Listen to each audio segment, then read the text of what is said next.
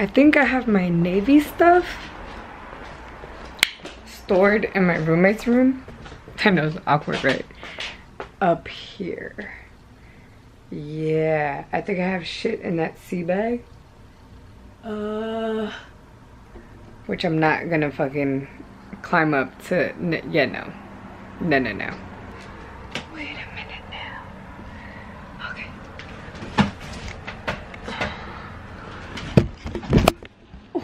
And I'm doing this with a camera.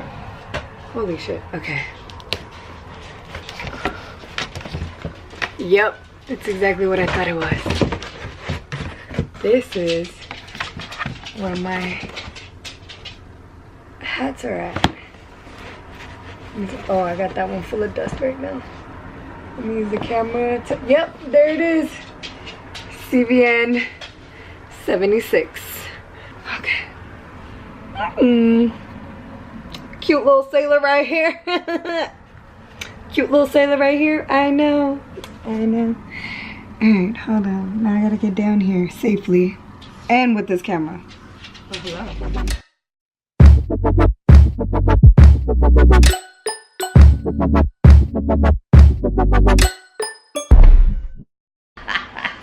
Hey! Here's my Navy video. I have my mom here with me because there's a lot of videos where people talk about the Navy, but they forget to bring their parents into the picture because your parents are a part of the process. So I love that my mom is here for this video to answer Navy questions. And I still have my USS Ronald Reagan hat, so I'm gonna have you wear it. She hates wearing hats. How honor. Aww.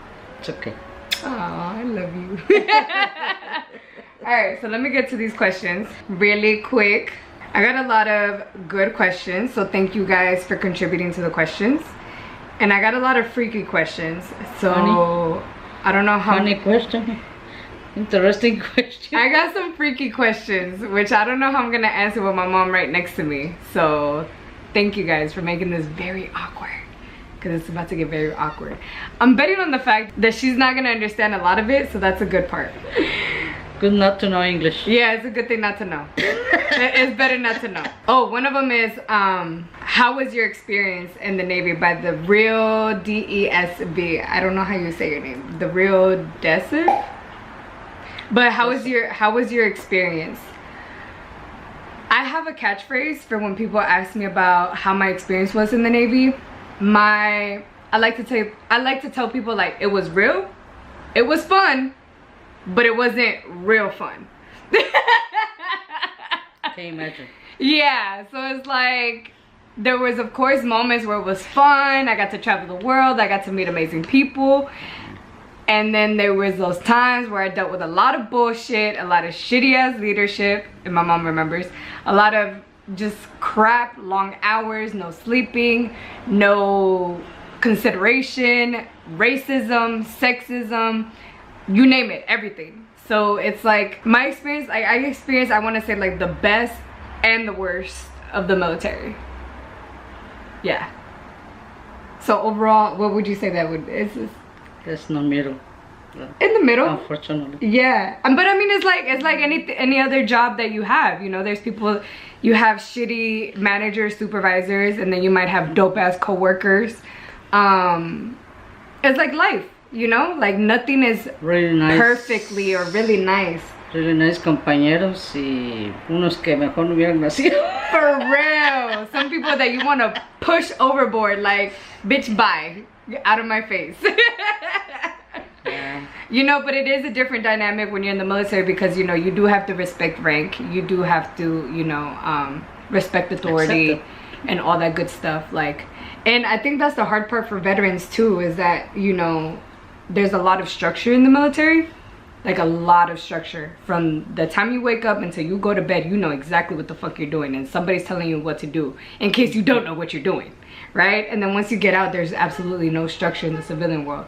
So that's something that us as veterans do struggle with. Like, you're a little lost. Yeah, like, ¿Estás perdido? Yeah, yeah, like, I don't tengo que nadie me diga nada. Yeah, you know, like, I have to vouch for myself now. What the fuck? Yeah, it's A lot of veterans probably won't admit to that, but I do. I admit to the fact that like I did. But the crazy thing is that when you're in the military, you're like, I can't wait to get out. Like, I can't wait till, you know, nobody tells me anything. I'm ready to be on my own. And then you're on your own and you're like, oh shit, I'm on my own. So, but overall, I think it was a good experience. I learned a lot. I grew a lot. I learned a lot about myself. I matured a lot. Yeah. Like, what do you think was the biggest difference from like when before the Navy and after the Navy? What do you think? Emotionally, you grow a lot. Spiritually, it's the same, and you grow like a human being. Right? Like you just it does mature you. You grow in a different. Making you. It does mature. Yeah, it definitely does. More responsibility in your acts. More responsibility for your own belief, on your own living. Right. You know, responsibility, focus wherever you want to do from now to the future. Right. So I think I feel like I have to say thank you to the Navy. Aww.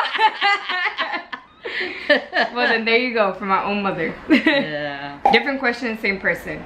How did you do on the ASVAB or prepare for it? Okay, so lo que me está preguntando es el examen que uno toma antes de entrar a la Navy. So the ASVAB is an exam that you take prior to joining any branch of the military, DOD, Department of Defense. And I did really well for a female. This is what I was told. For a female, I did really well. My first score was 63, 65, algo así. Because it's from, the lowest is like 20s in the 20s, and the highest obviously is like 80, 90s. And I was in the 60s. But for a female, that's pretty high. Because normally females get in 40. The 20s, 30s, 40s, and I was in the 60s. And the funny thing is, I didn't prepare for it. I just went and took the fucking exam first time up, boom, 63. And then my recruiter will not want to admit to this, but I could talk about it now. Después, my recruiter had me take exams for other females that couldn't pass.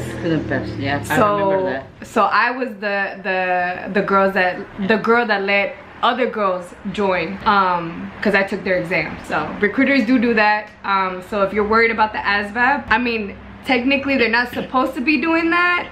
And they won't tell you that they're doing some illegal shit, because it's some illegal shit. But if you really want to get in and your recruiter really needs you to get in, because remember there's a quota, where there's a will there's a way. Like if you're really trying to join, you can join. There are people that take exams for other people. I was so afraid, because even though I talked with your recruiter, and I said, is that correct what Shenny's doing, taking exam for somebody else?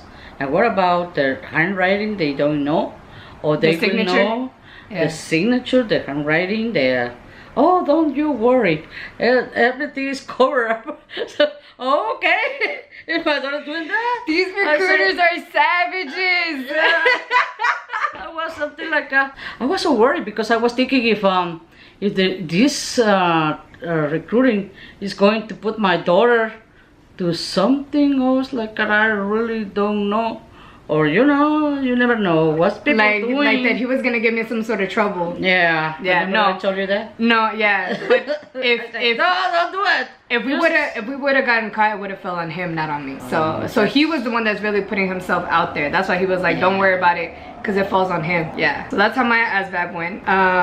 Same person, different question. Pro and con of enlisting. Las buenas y las malas de enlisting. Okay, so honestly, pros and cons for enlisting, I think, are subjective. So for certain people, a bad thing about joining the military is you're far away from family. For me, that's not a bad thing. Like, she wanna run away, honey. At that time when I joined the military, I wanted to be as far away as possible. My mom knows this. I wanted to be fucking gone. Goodbye. During this time. So for some people, they were homesick. Me, I was happy as fuck. I was like, yes, I am miles away. Like, goodbye. So it's kind of hard for me to answer that because I feel like my pros and cons of the military probably not be the same pros and cons for somebody else. But pros for sure are the benefits. College benefits. I go to SDSU now, paid for. So when I'm done with my degree, major over here being nosy, see his nose. So I go to SDSU now. Once I'm done getting my degree, once I get my degree, I'm debt free. I'm not in school loans or anything like that. Benefit of the GI Bill. Then there's the VA loan, which I could buy a home with. There's so many veteran benefits. You know, your disability, like if something were to happen to you while you're in the military, whether it does or it doesn't, you know, obviously your health deteriorates. Sometimes the Navy contributes to your health deteriorating. Like for me, it's my hip and I have tinnitus and I have so many other stuff for disability. That's a whole nother video in itself. But I receive disability. Even though you look at me and you're like, what? How the fuck do you receive disability? Well, that's a military benefit, is that I received disability even at 28 years old because of the bullshit that I did in the Navy. So those are the benefits. Also, while you're in the military, the benefit is that you don't have to worry about 4 things at all whatsoever, which you do have to worry about in the civilian world, which is where to sleep. You never have to worry about where you're gonna sleep. You never have to worry about what you're gonna eat. Food is always provided. You don't have to worry about what the hell you're gonna wear. Uniform, hello. And you don't have to worry about healthcare. A little scrape, a little cold, something as small as that, or something as significant as cutting your arm off, your finger off, or ingrown toenail, it does not matter. You have, remember my ingrown toenail? Like I did have an ingrown toenail in the Navy, it was so bad. But anyways, anything from the smallest insignificant ingrown toenail to like a chopped off limb, the military covers you. Oh yeah, or surgery. I had surgery on my vocal cord, remember that, Mom? Yeah. Completely covered in the Navy. So those 4 things you do not have to worry about at all whatsoever while you're in the military. So that is a huge pro for me. Con, for some people, not in my case, you're far away from family for long periods of time. That's just the way of the military. We all know this, we're all aware. I think for me, if you go in with the mindset of knowing that and accepting that, it makes the military that much easier. Because that's what made it easy for me, is that... Yeah, because you always be present wherever you are. Yeah, like I was present to where I was at, to my job and everything. And it's like, my family already knew that they were there waiting for me. Like, they're there. They're not going anywhere. Like... waiting. Exactly, they're waiting. You know what I mean? So just knowing that, it's like it allows you to be more focused on your job. And if you're focused on your job, and my job was dangerous, being an air department, if you're focused on your job, you could do a better job. And especially with the military, a lot of people depend on you doing your job well. So for most people, that's a con, being far away from family. For me, it wasn't. Another con for people could be your individuality. You are no longer an individual. You are part of a huge organization. You are part of something way much bigger than yourself. It is no longer about you. Like I was no longer Shenny. I was a number. I was AB2. I was a petty officer. I was Solis, going off of my last name. You know what I mean? There was no Shenny. There was no concept of Shenny. Like, there's me as a sailor, me as an ABE, me as a petty officer, me as a leader, me as a work center soup. But everything related to the Navy, like I was a part, and on top of that, I was ambassador for the United States government, and I'm an ambassador for the Navy, basically. So if that's something, if that's too much for you to take on, I wouldn't recommend the military. You know? What could be another con? Como digamos la gente que no se deja llevar, que no aprende. Oh yeah, if you have a problem with authority, then military is not for you. So if you are highly individualistic, or if you consider yourself free-spirited, which I do, but I was able to still join the military and put my free spirit to the side. If you're able to do that, like put one hat on and take another one off, you'll be fine. But if you don't know how to take that hat off, like how to be a civilian 1 second and how to be a military person the next second, or how to be, you know, professional one moment and a goofball the next moment, then that's a con for you in the military, because you have to know, you have to be adaptable. You have to be adaptable. You have to adjust quickly. You have to adjust to other cultures, other people, other types of viewpoints, because there's so many people that join the military from different walks of life, different ages, different backgrounds, different ethnicities, different everything. Education. Different education. Clean it up. Oh my god. People that don't fucking shower. People that don't know how to do laundry. People that don't know how to take care of themselves and wipe their fucking culos. You have to deal with all of them. You have to deal with all of them. You do. Weak-minded people, strong-minded people. You have to deal with all of them. So it's like, if you feel like maybe you are not adaptable, if you're not good with change, or you're too like stuck in your ways and too individual, I would say no. I would stay civilian. Plus, I wouldn't want you in the military. Like, you're the type of person that I would want to punch you in the fucking face. Yeah, I'm just saying. Es que hay que hacer muchas cosas en las que tal vez en la casa no se hacía. Y ahí los tienen que hacer. Yeah. Entonces yo creo que es una de las, spoiled, oh my god, you are in for rude awakening. De un patojo estar en una de la if you are spoiled, you are in for rude awakening. Oh my goodness. So okay, what other questions I got? Okay, did you fuck in the ship?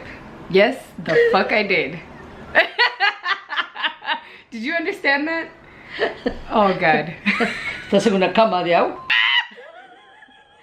The biggest waterbed ever. Yes. Why not? Yes, I did. And I had an amazing time. I fucked around the world.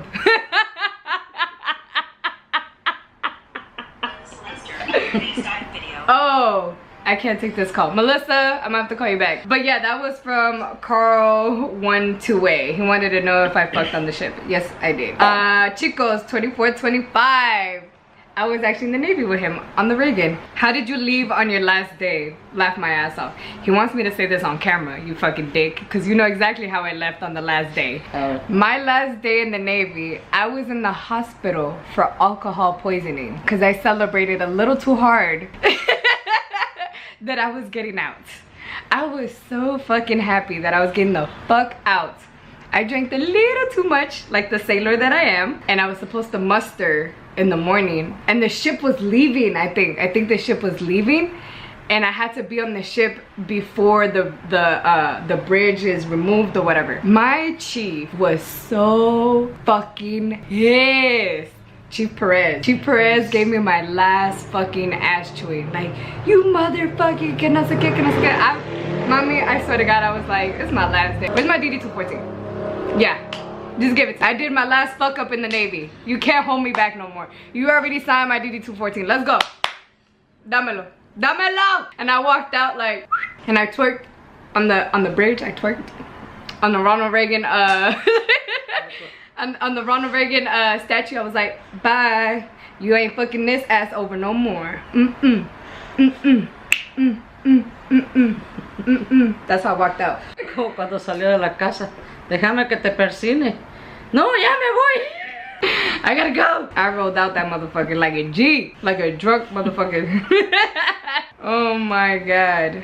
Okay. Oh, this is from Jacqueline Elena. She says, my main concern about joining is my period. Like, I'm scared. You shouldn't be scared. Yeah, you can still. There are so many women in the military now, and the military is well aware of women's needs, you know, feminine needs and stuff like that. So you should not. I mean, I can only speak for the Navy.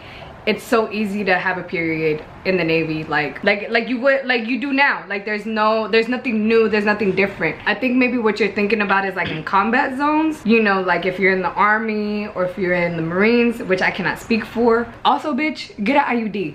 IUD, when you have an IUD, you don't have a period anymore. So fuck a period. Okay. Aztec Gypsy, do y'all get it on with one another? Because the struggle would be real for me. Bitch, of course we get it on with one another. Think about it. We're in a ship, right? In the middle of nowhere. We are humans. We have needs. Think about it. Of course we're gonna get it. We're gonna get very friendly and very familiar at one point or another. Ahora, the thing is though, there's a word called fraternization. There's certain people you cannot get it on with. So, like higher ranking people, I cannot be intimate with higher ranking people. Higher ranking people cannot be intimate with me because, you know, it ruins the respect. Lines. Yeah, it's crossing the line and it's ruining the respect of rank and authority and blah blah blah. So the only way you could be with a higher ranking person is if they're from a different command, and whatever, it gets very technical and whatnot. But yes, girl, we do get it on with each other. We get very friendly. Fraternization still happens because I still knew a couple chiefs that were fucking around with females they shouldn't have been. Officers that were fucking around with females they shouldn't have been. But I keep my mouth shut. You know, whatever. Mind my business. I don't give a shit. I mind my business and I drink my water. Moving on. How often did you flick your bean on the ship? Okay, see, this is what I call DJ'd it up. It's so weird with my mom here. Okay, so she's like, do you want me to move? Honestly, that wasn't very often for me. It really wasn't. And when I did, it was very rare. It was like really like one of those moments where you're just like, damn, wow, it's been a while. You know what I mean? And you just rub. And honestly, I prefer to rub one out than to be with one of the dudes that's married. Yeah, no, you're not gonna fool me with this bullshit. Like, you're not gonna get me with that. Like, no, I'm not the one.